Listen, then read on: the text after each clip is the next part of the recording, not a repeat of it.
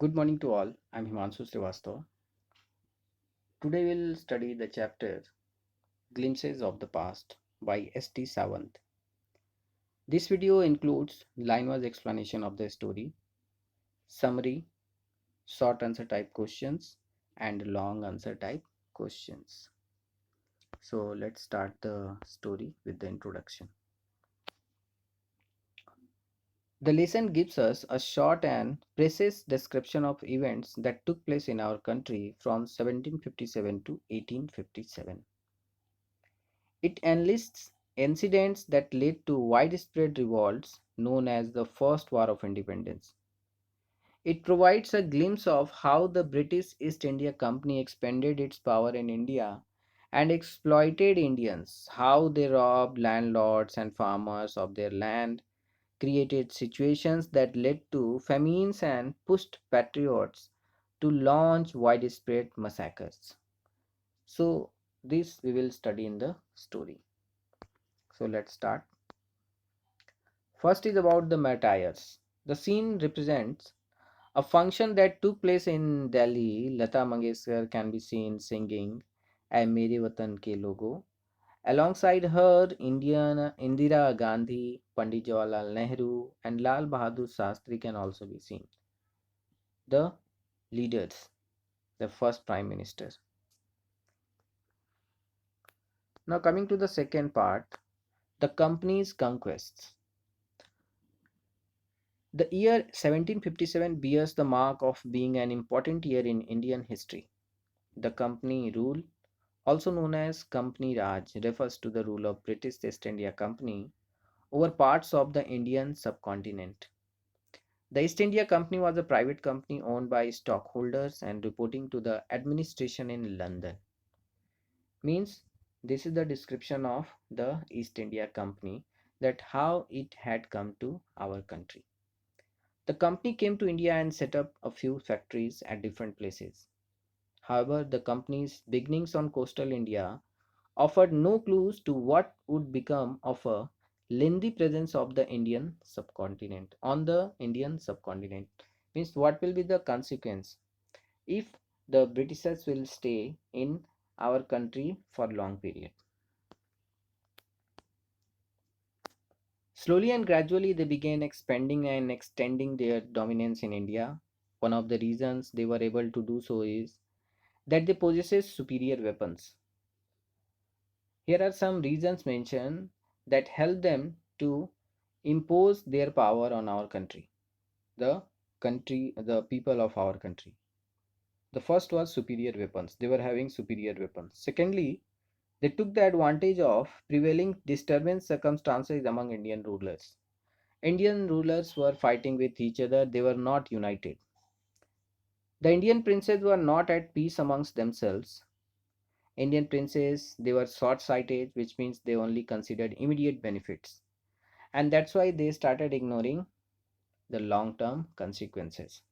This also helped them to to come in power in India. So they took up help from the English merchant. Those kings, those Indian kings, took the help from the English merchants to be able to defeat their rivals. And this helped the British East India Company in successful taking over control from the Indian rulers. And then British adopted, they understood that the kings are not united, so they adopted the divide and rule policy. Amongst all the short-sighted Indian rulers, there was one ruler of Mysore, Tipu Sultan, who understood their policy and fought against them till his last moment. The Indians, however, had varied options and reactions. The first set of people were very happy. At the first set, means at the first sight, they were very happy with the Britishers and were also grateful because they thought that peace could finally prevail. They thought that the Britishers would put an end to war and looting by thugs.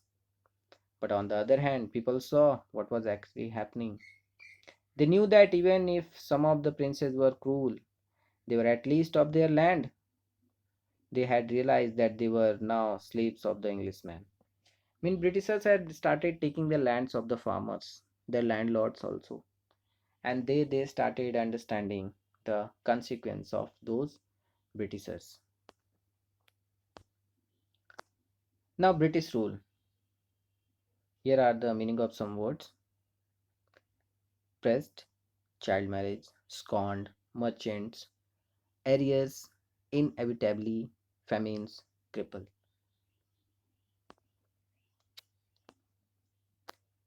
These years led to the rise of widespread myths and taboos like untouchability, child marriage, inferiority of women, etc.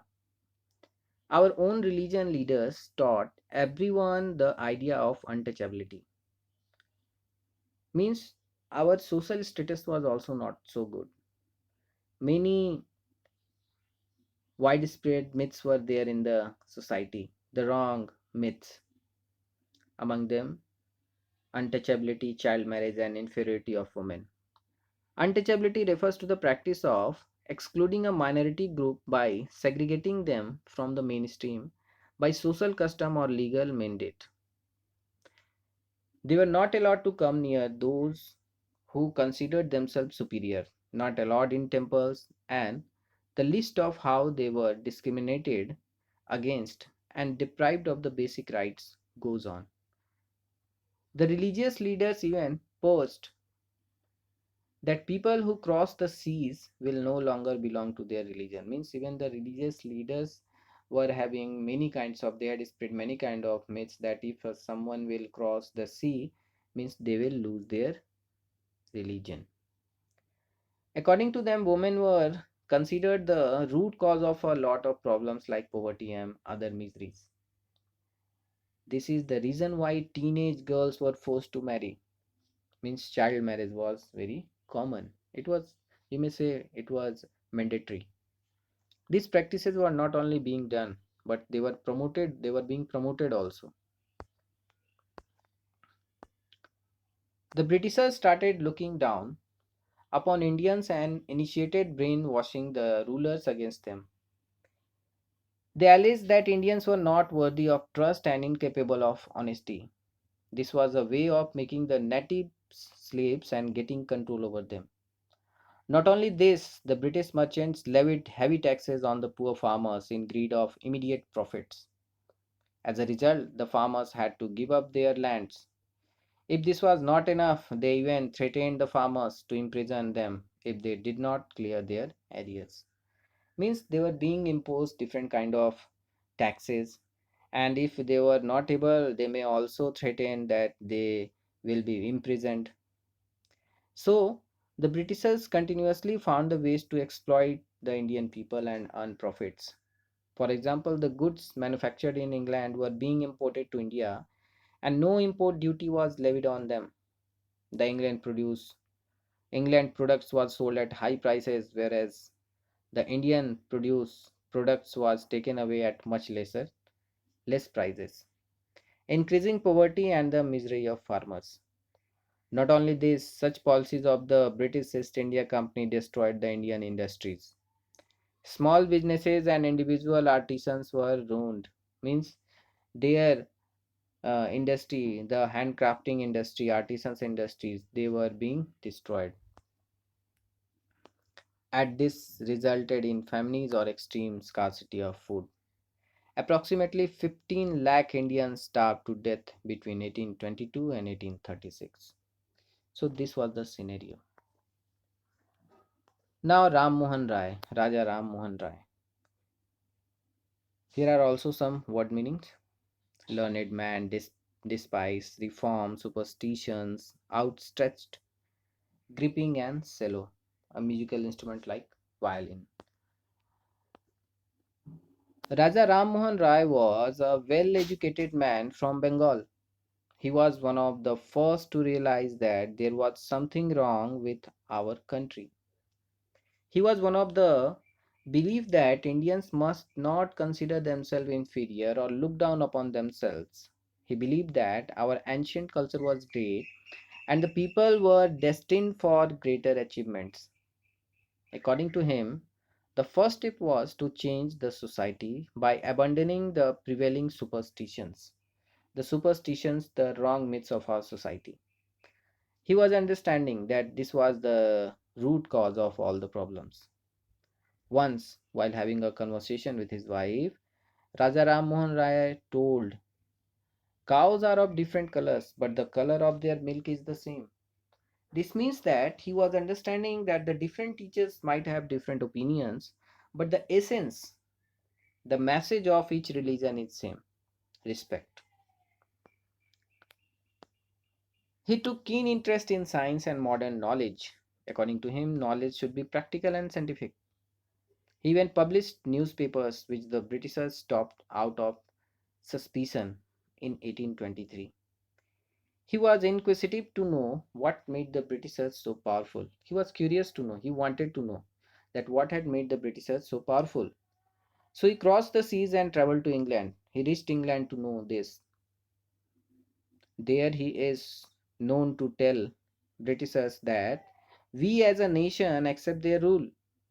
He added that they must accept Indians as subject and not forget their responsibility and duty towards their subjects. Raja Ram Mohan Roy is known for his efforts to abolish the practice of sati pratha and child marriage. So he was understanding the problem that was there in our society, and he had started abandoning those laws, superstitions, and myths. No oppression means the prolonged, cruel, and unjust treatment. The Britishers continued to find new ways to bring misery and suffering to Indians. For instance, they passed unfair regulations that kept them at an advantage, like the Regulation 3 in 1818, under which an Indian could be jailed without a proper trial in court. As they continued to suppress Indians, they created all sorts of favorable circumstances to uplift their officers. The British officers drew huge amounts of salaries and could deepen their pockets by making a fortune out of their private businesses also. Means from both hands, Britishers was becoming financially good than Indians. The Britishers were exporting goods in huge quantities from Britain. By 1829, they were importing goods worth 7 crore rupees to India. As a result, the Britishers grew richer and richer, leaving the Indian industries high and dry. Means leaving the Indian industries in bad condition. Governor General Bentinck had conveyed to Britain that the bones of cotton weavers are bleaching the plains of India. Means with the by the help of the cotton weavers, they were getting the cotton, and those weavers were working like those cotton weavers were working like help to earn money for the Britishers. He highlighted the plights and misery of the traditional cotton weavers in India. This means that the cotton weavers were forced to starve because of the cotton mills set up by the Britishers.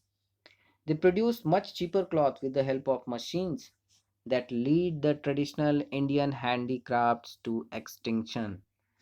Means Indian handicrafts, it had reached at the position to extinct. Dissatisfaction. Back then, all the teachings were in the form of Persian and Sanskrit. So in 1835, a British officer named Macaulay suggested that they must translate all of it in English so that the education is delivered in their language. Means he told that the subject should be translated in English. That will help the people to understand. They did so to produce clerks to get their unimportant clerical tasks and administrative duties like answering the phone, typing documents, filling and liaising, liaising with clients done. In the process of doing so, they manufactured a whole new generation of masterminds who wanted to uplift their brothers too by educating them. They wanted to strengthen their financial prospects that could lead to a promising future. But they needed to convey this to the British Parliament. Means Indian also want to strengthen the education system of our country. Britishers, on the other hand, could not care about the needs of Indian people. They were only thinking about themselves. By this time, Indian people had become more worried. The kings were now being treated as puppets. They had lost old jobs and land. Britishers were forcing some of them to change their religion also. Britishers were forcing the Indian people to change their religion also. Indians were tired of talking and wanted to do something. They were tired of talking to the Britishers as they were not paying it any kind of attention towards the needs of Indian people. And that's why the Indians wanted to do something. But by 1856, the Britishers had acquired all parts of India. Now the spark of protest. Here are some words. The ever increasing taxes levied on the peasants continued to pressurize them and worsen their financial situation. The Santals in Bengal became disheartened and hopeless after they lost their land to the Britishers under the new land rule. In 1855, they launched a rebellion and massacred Europeans and all those who supported them. The people working under the East India Company were highly dissatisfied too. The fact that they gave Englishmen good pay, mansions, and other help while they gave Indians only inadequate pay and slow promotions. Further agitated Indians, they felt bad that the Britishers urged them to move out of their land to cross the sea and work for them, which was even against their religion. Means many kind of act done by the Britishers were agitating the people of India. Means making them angry, making them against the Britishers. They were motivated to drive the Britishers out, and Indian soldiers serving under British orders named Mangal Pandey even attacked the adjutant of his regiment but was later executed. Around thousands of other Sipais like Mangal Pandey took violent action against the British but were only robbed of their uniform in turn to make the Sipais feel humiliated. But later what happened? Their uniforms were taken by the Britishers. Means they were fired from the job and then they felt humiliated. Now the revolt of freedom, revolt against the Britishers for freedom. The urge to free the nation of the Britishers continued to grow. The city of Meerut also experienced a violent outbreak. The Sipais marched and moved to Delhi to support their emperor like Bahadur Shah Jafar. The revolt continued to spread and grow. They even got the support of the landlords that had also lost their land due to the new land rules. Many rules had been imposed by the Britishers on the Indian landlords, also by which the land of the landlords were also taken by the Britishers. People were angry and wanted to fight the Britishers. This was making the people against the Britishers. Some of the Englishmen even began to understand how Indians thought, how their mind works, and their customs. They told Brahmin soldiers that the bullet they were supposed to bite is covered with grease made of cow and pig fat. This was direct attack on the religion of Hindu and Muslim, and that was the main reason of going against the Britishers. Next, chapatis were being sent to each home in every village, conveying that their services could be required to fight the Englishmen. People agreed, means people were also ready to fight against the Englishmen. Lotus flowers were circulated among the Indian soldiers. The nation stood against them with the support of the masses in the form of shelter and other help to the patriots. They were getting help from the patriots also. Means people had started raising hands to fight against the Britishers. Now the fight of for freedom in 1857. Many former rulers were bitter too because the Englishmen had taken control of their kingdoms. Leaders like Maulvi Ahmadullah of Faridabad motivated people to free the country from the Englishmen. People of Bareilly, Kanpur, and Allahabad rose forward too. Former rulers like Begum Hazrat Mahal of Lucknow joined them because her kingdom had been taken by the British and thereby strengthening their power. Entire North India came together in large numbers to fight a pitched battle against the Britishers. In the light of this, Ajimullah Khan expressed his thoughts to Tatya Tope that they should have Peshwa Nana Sahib as their leader in this war of independence against the English. In this revolt against the British, 80-year-old Kunwar Singh, not 8, that is 80, 80-year-old Kunwar Singh of Bihar was hit by a bullet in the wrist, which he dedicated to Mother Ganga as an offering. You just imagine how brave a person who is 80 year in age, and at that age also he was ready to fight with the Britishers. So this was the story. I hope you all have understood. Now some short answer type questions. What helped the East India Company, not BAST, that is East India Company, to overpower Indian princes? Who was Tipu Sultan? What happened to him? Why did Ram Mohan Roy go to England? What did he tell the British there? What was Regulation 3? What did Macaulay suggest in 1835? How did the British East India Company eventually become the ruler of India? What tactics they did adopt to expand their empire?